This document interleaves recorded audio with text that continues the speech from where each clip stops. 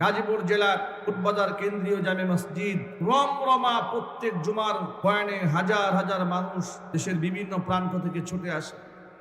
এদের সহ্য হলো না, আমাকে জোরপূর্বক পুলিশ দিয়ে, প্রশাসন দিয়ে, চাপ দিয়ে আমাকে সরিয়ে দেওয়া হলো। আমাকে যখন সরিয়ে দেওয়া হয়েছে, অন্যান্য হুজুররা সোজা সাইজ হয়ে গেছে। ওরা জানে যে একজনকে ধরতে হবে, বাকিগুলো এমনি সোজা হয়ে যায়। ওই দেখেছেন না, স্বরাষ্ট্রমন্ত্রীর সামনে গিয়া পুলিশ নামক এক কুলাঙ্গার বলতেছিল, স্যার দেখেন, একজনকে গুলি করি একটাই মারা যায়, আর বাকিরা এমনি পালায় যায়। মানুষ মেরে আনন্দের সাথে বর্ণনা করতে পারে যারা, কসম আল্লাহ, আর যাই হোক না কেন, ওরা মানুষ হতে পারে না। অমানুষ দিয়ে রাষ্ট্র প্রশাসন সব ভরে ফেলেছে। যার দরুন একটা রাষ্ট্র কতটা ক্রাপ্টেড হলে, কতটা দুর্নীতিগ্রস্ত হলে একটা দেশের প্রাইম মিনিস্টার পালায়, একটা দেশের সেনাপ্রধান যিনি, তার এই সেনাপ্রধানের আগের যিনি, তিনি দুর্নীতিগ্রস্ত, পুলিশ প্রধান দুর্নীতিগ্রস্ত, এমপি মন্ত্রী 300 আসনে সব পালিয়ে গেছে একসাথে। আপনি আন্দাজ করতে পারেন, আমার তো মনে হয় পৃথিবীর ইতিহাসে এমন নির্লজ্জ পতন পৃথিবীতে আর কারো হয়নি। আবার এরা বড় বড় কথা বলে, এদের তো লজ্জা শরম না। এদের কি শরম আছে? এদের উপর আল্লাহ পাকের গজব পড়েছে।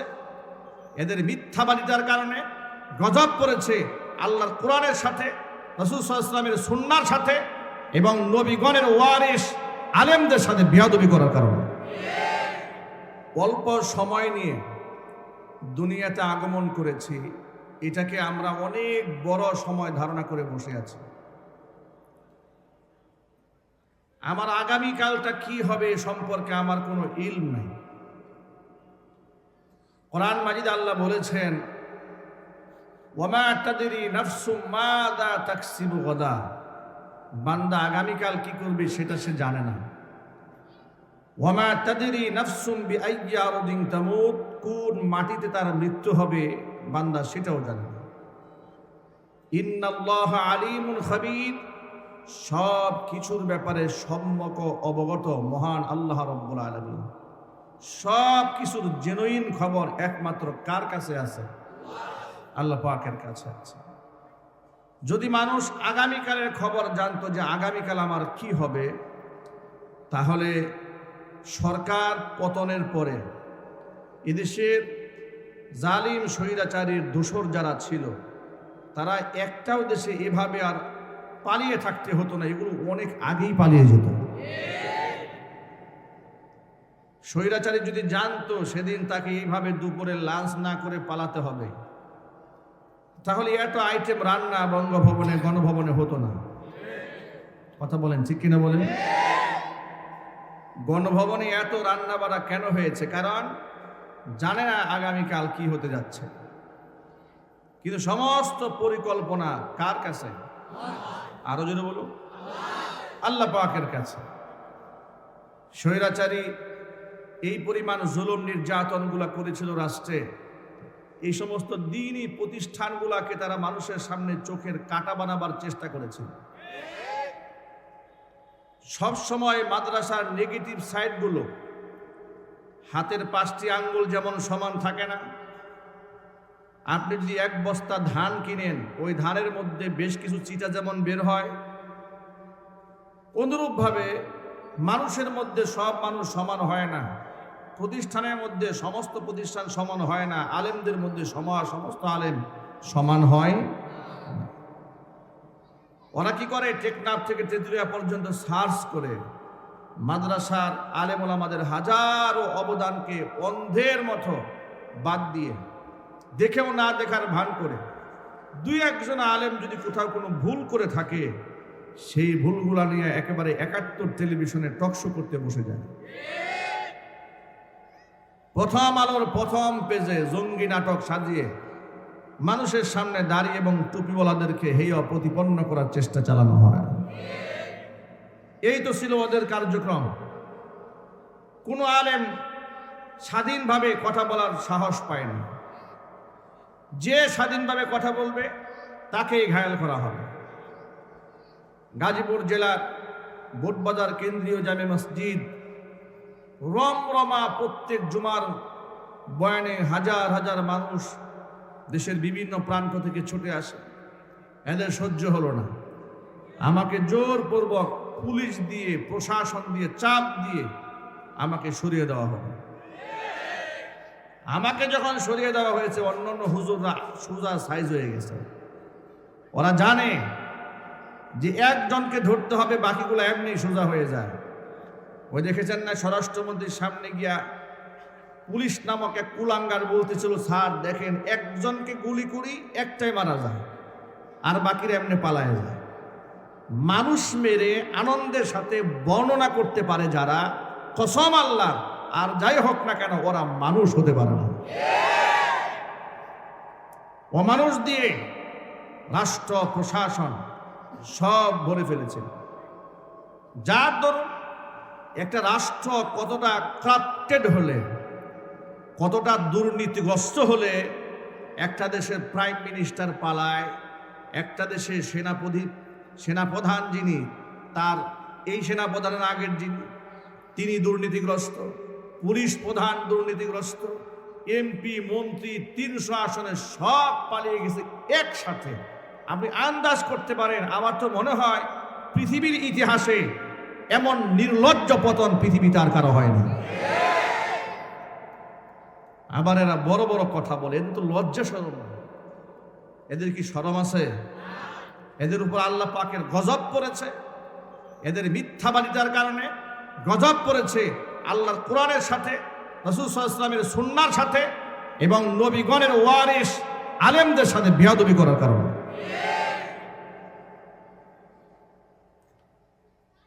প্রিয় ভাইয়েরা আমার, কিয়ামতের ময়দানে রবের সামনে চরম বিপদগ্রস্ত হয়ে মানুষ যখন দাঁড়াবে, মানুষ এমন বিপদগ্রস্ত হবে, সন্তান মায়ের পরিচয় দিবে না, মা সন্তানের পরিচয় দেবে না, এমন মুসিবত হয়ে দাঁড়াবে। সূরা আবাসার মধ্যে আল্লাহ বর্ণনা করে বলেছে, ইয়াউমা ইয়াফিরুল মারউ মিন আখিহি ওয়া উম্মিহি ওয়া আবিহি ওয়া সাহিবাতিহি ওয়া বানিহি। সেদিন মানুষ ভেগে পলায়ন করবে। ইয়াউমা ইয়াফিরুল মারউ মিন আখিহি, তার ভাই থেকে, ওয়া উম্মিহি, তার মা থেকে, ওয়া আবিহি, তার বাবা থেকে, ওয়া বানিহি, তার স্ত্রী থেকে, ও তার সন্তান থেকে, ওয়া সাহিবাতিহি, তার স্ত্রী থেকে মানুষ ভেগে পলায়ন করবে। কেউ পরিচয় যখন দিবে না, এমন কঠিন মুসিবতের সময় 3টা শ্রেণীর মানুষের জন্য বড় উপকারে আসবে। আল্লাহ নবী বলেন, ইয়াশফাউ ইয়াউমাল কিয়ামাতি সালাসাতুন, 3টা শ্রেণীকে আল্লাহ তাআলা সেদিন আল্লাহর সামনে বিপদগ্রস্ত মানুষের জন্য সুপারিশ করার সুযোগ করে দিবেন। 1 নাম্বার হচ্ছে আল আম্বিয়া, নবীগণকে আল্লাহ মানুষের জন্য সুপারিশ করার সুযোগ দিবেন। 2 নাম্বার সুম্মাল উলামা, উলামায়ে কেরাম মানুষের জন্য আল্লাহর দরবারে সুপারিশ করবেন। সুম্মা শুহাদা, এরপর শহীদগণ আল্লাহর দরবারে মানুষের জন্য সুপারিশ করবেন। ভিন্ন একটা হাদিসের মধ্যে আরেকটু ব্যাখ্যা সাপেক্ষ পাওয়া যায় কথাটা। ইউকালু লিল আবিদ, আল্লাহর সাধারণ বান্দা যারা, ইবাদত গুজার বান্দা যারা, আল্লাহর পক্ষ থেকে বলা হবে উদখুলুল জান্নাহ, তুমি জান্নাতে প্রবেশ করো। ওয়া ইউকালু লিল আলিমি কিফ, কিন্তু আলেমকে বলা হবে আলেম তুমি একটু দাঁড়াও। সাধারণ আবেদরা জান্নাতে যাবে, কিন্তু একজন আলেম একাকী জান্নাতে যাবে না। আল্লাহ পাক তাকে দাঁড় করিয়ে দিয়ে বলবেন, কিফ তুমি দাঁড়াও। ওয়াসফা আলিন নাস, মানুষের জন্য আজকে তুমি সুপারিশ করবে। তোমাকে ইলমের নববীর দৌলত তোমাকে দান করা হয়েছে, একাকী জান্নাতে যাওয়ার জন্য নয়। বিপদগ্রস্ত মানুষদেরকে সুপারিশ করে আজকে আমার জান্নাতে নিয়ে যাও। একজন আলেম কতজন মানুষের জন্য সুপারিশ করবেন? নবী করিম সাল্লাল্লাহু আলাইহি সাল্লাম বলেছেন, ওয়ালাউ কানা আদাদান নুজুম, আসমানের নক্ষত্র সমতুল্য যদি আলেমের সুপারিশের মানুষগুলা হয়ে যায়, আলেম যে সমস্ত মানুষের জন্য সুপারিশ করবে তাদের সংখ্যা যদি আসমানের নক্ষত্র সমতুল্য হয়ে যায়, এর মানে অগণিত যদি হয়, আলেমের সম্মানে আল্লাহ তাআলা অগণিত মানুষদের জন্য আলেমের সুপারিশ মঞ্জুর করে অসংখ্য মানুষদেরকে আল্লাহ মুক্তির ফয়সালা করে দিবে। তাহলে যে আলেমরা বিপদের দিনে পরম বন্ধু হবে, সে আলেমদের সাথে দুনিয়াতে শত্রুতা রেখে, শত্রু ভাবাপন্ন হয়ে, তাদের সমালোচক হয়ে, তাদেরকে জঙ্গিবাদ ট্যাগ দিয়ে, রাজাকার ট্যাগ দিয়ে মানুষের সামনে ছোট তুচ্ছ তাচ্ছিল্য যারা করে, কসম আল্লাহ, কোরআন সুন্নাহর প্রতি আদৌ তাদের কোনো বিশ্বাস থাকতে পারে না। এদেশের সাধারণ মানুষ আলেমদেরকে বড্ড ভালোবাসে, ঠিক কিনা ভাই বলেন? এদেশের সাধারণ মুসলমানরা আলেমদেরকে বড্ড ভালোবাসে, অনেক সম্মান করে, অনেক শ্রদ্ধা করে। আমরা কোরআন সুন্নাহর কথা দেশ বিদেশের বিভিন্ন জায়গাতে বলার সুবাদে দেখি লোকেরা আমাদের প্রতি এতটা আবেগ আপ্লুত, একেবারে তৃতীয় শ্রেণী থেকে শুরু করে, সমাজের তৃণমূল থেকে শুরু করে, একেবারে আপনি মাঝে মাঝে অবাক হয়ে যায়। ফুটপাতে বাদাম বিক্রি করছে, আম বিক্রি করছে ভ্যানে করে। একদিন যাচ্ছে গাড়ি নিয়ে ড্যাগের চালা রোডে, রাস্তার সামনে বসে কিছু ঝুড়ির মধ্যে ফল বিক্রি করছে। এক লোক দৌড়ে আমাকে দেখে আমার গাড়ির দাঁড় করিয়েছে, দুটা আম নিয়ে আসছে। হুজুর, আপনাকে দেওয়ার মতো তো আমার কোনো সামর্থ্য নাই, এই দুটা আম দিলাম, আপনি খাবেন। আপনি কল্পনা করতে পারেন, আপনি তার কাছে হয়তো মনে হতে পারে আপনার কাছে দুটা আমার কয় টাকা না। আমি তো মনে করি এই আমের ওজন এই পৃথিবীর চাইতেও বেশি। এই দুটা আমের ওজন কিসের চাইতে বেশি? পৃথিবীর চেয়েও বেশি বেশি ওজন। এটা অকৃত্রিম ভালোবাসা থেকে এটা এসেছে। সুবহানাল্লাহ বলেন, আল্লাহু আকবার বলেন। কক্সবাজারের মহেশখালীতে মাহফিল, স্পিড বোট পার হয়েছে, অচেনা অজানা কত মানুষ প্রোগ্রামে গিয়েছে। এক ইয়াং ছেলে, সম্ভবত কলেজ বা ইউনিভার্সিটিতে পড়ে অথবা ও সরকারি চাকরি করে, দূর থেকে কিভাবে ফলো করেছে, দৌড়ে আসছে, এসে কোনো কথা নাই, সালাম দিয়ে সবার সামনে অনেক লোকজন রাস্তার উপরে বুকে জড়ায় ধরে কপালের মধ্যে একটা চুমা খাইল। তা আমি তাকে চিনি না, জিজ্ঞেস করলাম, আপনি কে বা কি, আমাকে কিভাবে চেনেন? তিনি বললেন, হুজুর এটা কেমন কথা বলেন, আপনাকে কিভাবে চিনি মানে? আমার জীবনে একটা স্বপ্ন ছিল, আমি আল্লাহর কাছে দোয়া করেছিলাম যে জীবনে কোনোদিন যদি আপনাকে দেখি তাহলে আপনার কপাল ধরে একটা চুমা খাবো। এমন অকৃত্রিম ভালোবাসা আলেমদেরকে মানুষ প্রদান করে, আর সেই সমস্ত আলেমদেরকে তোমরা মিথ্যা মামলায় জেল খাটাও। কথা বলেন, এরকম আলেমদেরকে ওরা আমাকে লক্ষ্মীপুরাতে মামলা দিল কি বলে শোনেন? এই যে জেলখানার পেছনে লক্ষ্মীপুরা জামিয়া কারিমিয়া একটা মাদ্রাসা, মহিলা মাদ্রাসা আছে। 2018 সালে 8 ফেব্রুয়ারি আমি বয়ান করছি এরকম আপনাদের লোকদের সামনে, শরীর খুব ক্লান্ত। আগের দিন প্রোগ্রাম ছিল দক্ষিণাঞ্চলে, বিশ্রামের তেমন সুযোগ হয়নি। বয়ান করছি, হঠাৎ করে স্লিপ দিয়েছে। কারেন্ট এসছে? আচ্ছা, তার ভালো হলো, আলহামদুলিল্লাহ বলেন। স্লিপ দিয়েছে, বয়ান শর্ট করতে হবে, বয়ান শর্ট করতে হবে। মনে মনে চিন্তা করো কি ব্যাপার, সারা দুনিয়ায় সব শ্রোতাদের পক্ষ থেকে আবেদন থাকে, হুজুর বয়ান আরেকটু লম্বা করেন। এই কোন মাহফিল হঠাৎ করে বয়ান শর্ট করতে বললো কেন? বয়ান শর্ট করলাম, স্টেজ থেকে নামলাম, পরে বললো যে একটু ঝামেলা হচ্ছে মনে হয়, আমরা নিরাপদে বাসায় চলে গেলে ভালো হবে। গাড়িতে উঠেছি, গাড়িতে মনে হয় আপনার 10-15 ফিট মাত্র এগিয়েছি, সামনে পুলিশ ব্যারিকেড দিয়ে দাঁড়িয়েছে, পিছনে আপনার ডিবি গাড়ি, আমাকে গাড়ি সিনেমার স্টাইলে একেবারে ঘেরাও দিয়েছে। ঘেরাও দেওয়ার পরে দুজন দুপাশে বসেছে, এরপরে আমার ড্রাইভারকে নামিয়ে দিয়েছে, প্রশাসনের লোক বসেছে, মানে এক সন্ত্রস্ত অবস্থা। জিজ্ঞেস করলাম কি ব্যাপার, আপনারা এমন করছেন কেন? আর নিয়ে যাচ্ছেন কোথায়? বলল থানায় নিয়ে যাচ্ছে। থানায় বলাতে মনটা একটু শান্ত হয়েছে, কারণ তখন তো হঠাৎ করে গুম করে ফেলে, খুন করে ফেলে। এটা তো এমন এক মানে রাষ্ট্র তারা কায়েম করেছিল, এখানে খুন করলেও খুনের বিচার নেই। গুম হয়ে গেল, মানববন্ধন করবেন যে অমুকে গুম হয়ে গেছে, এই মানববন্ধন করার কোনো সাহস ছিল না এই দেশের মানুষের। কথা বলেন। নিয়ে গেল। এরপরে ওসি সাহেব ছিল আমিনুল ইসলাম। জিজ্ঞেস করলাম, জয়দেবপুর থানার ওসি, জিজ্ঞেস করলাম আমার অপরাধ কি, নিয়ে আসলেন মাহফিল থেকে? বলে হুজুর আমি আপনাকে ধরি নাই, আমি কিছুই জানি যে আপনাকে কেন নিয়ে এসছে, সব উপরের নির্দেশ। কোথাকার নির্দেশ? উপরের নির্দেশ। কথা শুনে মনে হয় জিব্রাইল নির্দেশ দিয়ে গেছে। এরপরে থানার গারো দিয়ে নিয়ে রাখলো, প্রচন্ড শীত। হাসান উদ্দিন সরকার, উনাকেও কিছুক্ষণ পরে ধরে নিয়ে আসছে। উনাকে আমি চিনি না, তো উনাকে দেখলাম বৃদ্ধ মানুষ, আপনার লাঠি ভর করে দাঁড়াতেও পারে না, কষ্ট হচ্ছে। তাকে দেখে দুজনে গারো দিয়ে এক রুমে বসা, তো লোক নাই। মনে মনে চিন্তা করলাম, আমি না হয় জোয়ান মানুষ, আমাকে ধরেছে, এই বুড়া মানুষটাকে কি জন্য গ্রেফতার করছে?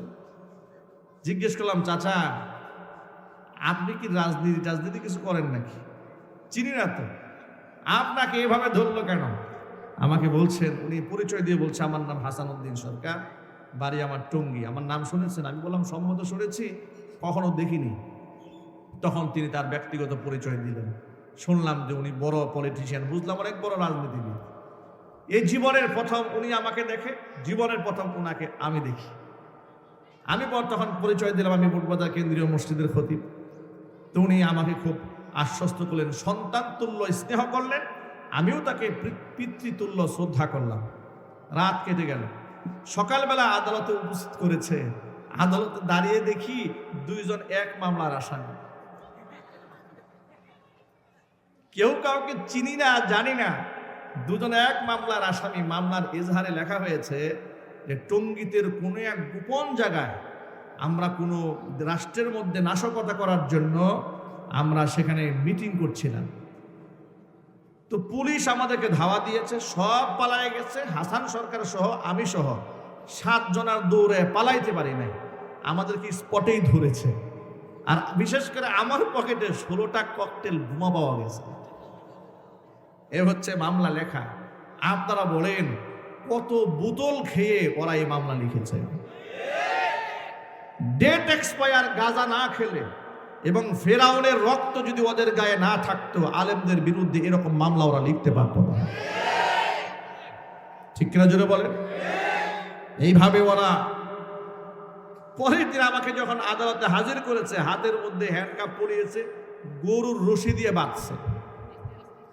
গরুর রশি দিয়ে বেঁধে সবার সামনে যখন নিয়ে গেছে, আমি লজ্জা, মানে জীবনে ছোটবেলা থেকেই মাদ্রাসায় পড়েছি, সারা জীবন সম্মান পেয়ে অভ্যস্ত, হঠাৎ করে এতগুলো মানুষের সামনে হাতের মধ্যে হাত করা, গরুর রশি দিয়ে টেনে নিয়ে যাচ্ছে, খুব লজ্জা লেগেছে। নিজের অজান্তে চোখ থেকে পানি টপ টপ করে পড়ছে। আর মনে মনে ভাবলাম, এরা এত জালেম হয় কি করে? তালিমদের সাথে এখনো আচরণ এরা করতে পারে, সাধারণ মানুষের সাথে ওরা কি আচরণ করে? কথা বলেন, ঠিক কিনা বলেন? কারাগারে যখন ঢুকলাম, কারাগারের কয়েদি আসামি আমাদেরকে দেখে হতবাক হয়ে গেছে।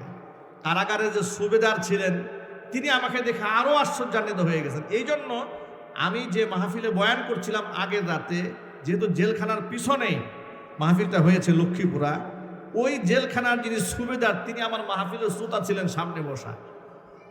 উনি আমাকে বললেন, হুজুর কালকে না আপনি বয়ান করতেছিলেন?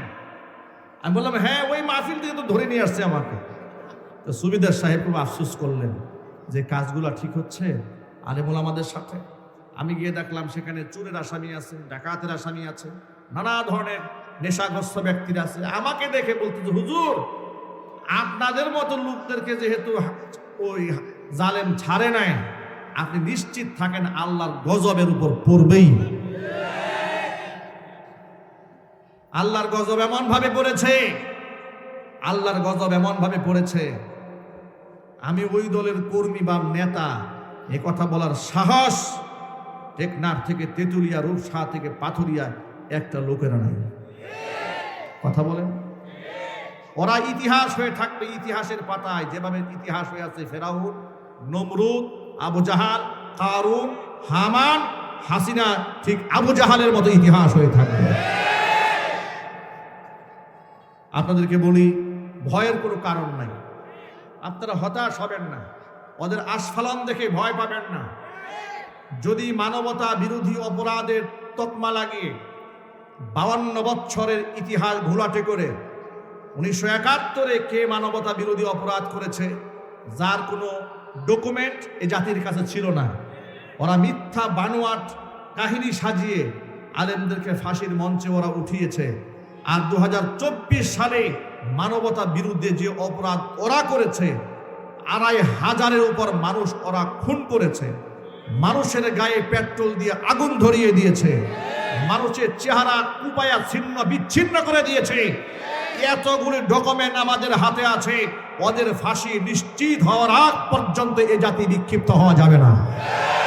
ওদের বিচারে মাটিতে হতে হবে। চান কিনা আমি দুহাত দেখতে চাই।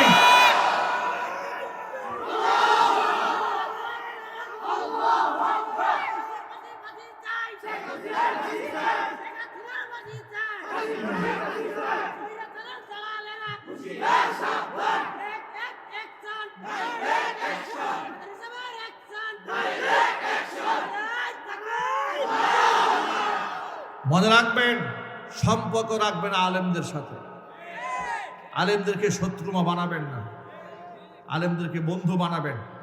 আর ওরা তো আলেমদেরকে জঙ্গি বলেছে, আপনারা পাকা একটা নিয়ত করে ফেলবেন, আজকের পর থেকে বাংলাদেশের এমন কোনো ঘর থাকবে না যেখানে একটা আলেম থাকবে না। ইনশাল্লাহ বলেন।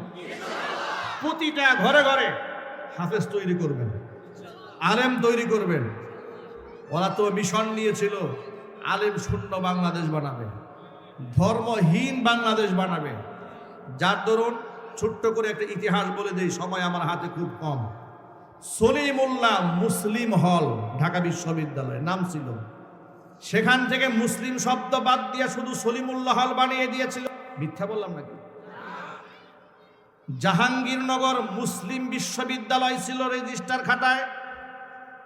দেশ স্বাধীন হওয়ার পরে ওরা জাহাঙ্গীরনগর মুসলিম বিশ্ববিদ্যালয় থেকে মুসলিম শব্দ বাদ দিয়ে শুধু জাহাঙ্গীরনগর বিশ্ববিদ্যালয় বানিয়ে দিল। এখানে ইসলামের প্রতি ওদের অ্যালার্জি আছে না নাই? ওদের রাগ যত, ক্ষোভ যত, গুসা সব দাড়ি আর টুপি আর বোরকার উপরে, কোরআনের আইনের উপরে কথা বলতে হবে, ঠিক কিনা? যার ধরুন বিশ্ববিদ্যালয়ে কোনো মেয়ে যদি জিন্সের প্যান্ট পরে প্রকাশ্যে গাঁজা সেবন করে, এটা নিয়ে কোনো শিক্ষক প্রতিবাদ জানায় না। কিন্তু বোরকা পরে যদি কোনো মেয়ে বিশ্ববিদ্যালয়ে গিয়েছে, ওদের মাথা নষ্ট হয়ে গেছে। যদি উলঙ্গ অর্ধনগ্ন হয়ে ছেলে কিংবা মেয়ে বয়ফ্রেন্ড গার্লফ্রেন্ড নিয়ে বিশ্ববিদ্যালয়ে ঘুরে বেড়াতো, এটা নিয়ে ওরা টু শব্দ করতো না। কিন্তু কোনো ছেলে যদি মুখের মধ্যে দাড়ি রেখে মাথার মধ্যে পাগড়ি পরে বিশ্ববিদ্যালয়ে গিয়েছে, ওর পিছনে গোয়েন্দা র লাগিয়ে দিয়েছে, তাকায় দেখতো কোনো জঙ্গি সংগঠনের সদস্য নাকি। ওরা একটা বিজ্ঞাপন বানিয়েছিল জঙ্গি, আপনি বুঝবেন কিভাবে? সেখানে দেখিয়েছে, যদি দেখেন আপনার ছেলে এক সময় গান শুনতো, নাচ গান করতো, হঠাৎ করে নাচ গান বাদ দিয়ে মসজিদে যাওয়া শুরু করেছে, নামাজ কালাম পড়া শুরু করেছে, ওরা বলেছে আপনি বুঝে নেবেন আপনার ছেলে জঙ্গিবাদ হওয়ার প্রথম ধাপে পা দিয়েছে। আউযুর নাউযুবিল্লাহ। এর দ্বারা কি বোঝা যায়? ওরা এই দেশে ইসলাম কায়েম করতে চেয়েছে, হ্যাঁ না ইসলাম ধ্বংস করতে চেয়েছে? ইসলাম যারাই ধ্বংস করতে চেয়েছে তাদেরই পতন হয়েছে। কথা বলেন ঠিক কিনা? এটা যুগ যুগ ধরে ইতিহাস সাক্ষী। সুতরাং ওরা আমাদেরকে মানুষের দিল থেকে মুছে ফেলতে চেয়েছিল। আলেমদেরকে মানুষের দিল থেকে মুছে ফেলা কোনোদিন সম্ভব হবে না। কারণ আলেমরা টাকার জোরে ইজ্জত ছিনায় নেয় নাই, আলেমরা টাকার জোরে মানুষের কাছ থেকে ভালোবাসা চায় নাই, ক্ষমতার জোরেও চায় নাই। আলেমদের প্রতি মানুষের যে অকৃত্রিম স্নেহ আর ভালোবাসা, এটা আল্লাহ প্রদত্ত, আল্লাহ পাক দিয়েছেন। আল্লাহ পাক বলেন ইয়ারফাইল্লাহুল্লাযীনা আমানু মিনকুম ওয়াল্লাযীনা উতুল ইলমা দারাজাত। নিশ্চয় আমি আল্লাহ তাআলা ঈমানদারদের সম্মান বৃদ্ধি করে দেব, সাথে সাথে যাদেরকে ইলম দান করা হয়েছে, যারা আলেম, তাদের মর্যাদা আমি আল্লাহ তাআলা আকাশচুম্বী বাড়াই দেব। এটা আল্লাহর ওয়াদা। সুতরাং যত বাবারা এখানে আছেন, পর্দার অন্তরের মায়েরা আছেন, এই পৃথিবীতে যদি সন্তানকে সম্মানিত দেখতে চান, বানাতে চান, নিজেও যদি সন্তানের পক্ষ থেকে ন্যায্য পাওনা বুঝে নিতে চান, যদি সন্তানের পক্ষ থেকে আপনার ন্যায্য হিস্সা সঠিকভাবে যদি আপনি বুঝে নিতে চান, সন্তানের সিনার মধ্যে কোরআন ঢুকায় দেওয়া ছাড়া বিকল্প কোনো রাস্তা নাই। সন্তানদের সিনার মধ্যে কোরআন দিতে রাজি আছেন ইনশাআল্লাহ?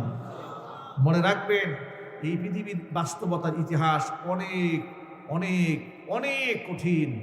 আমরা দেখেছি, আমি নিজেও দেখেছি বৃদ্ধাশ্রমগুলোতে। আমাদের গাজীপুরেই তো মণিপুরে বৃদ্ধাশ্রম আছে। আমার কথা একটু মিলাবার জন্য একটু দেখে আসেন। উত্তরাতেও আছে বৃদ্ধাশ্রম, দেখে আসেন।